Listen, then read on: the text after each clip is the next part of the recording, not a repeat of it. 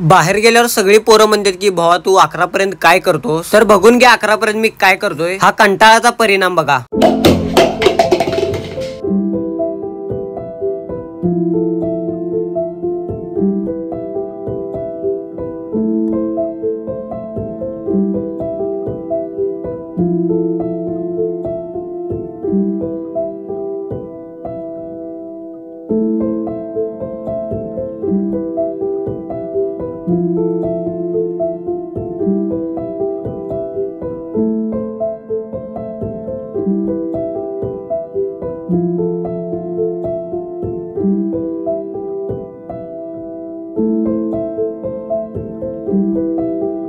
इकडे घरची कामं झाली की इकडे बाहेरची कामं। इकडे चैतूला डिकिटीला सोडून इकडे घरला आलो। इकडे घरला येऊस पर्यंत बघतोय तर माझं बर्ड्स कोणतर मोडलेलं, आणि जे माझे डेली व्हिडिओ बघते त्यांना माहित आहे हे कुणाचं काम असतंय।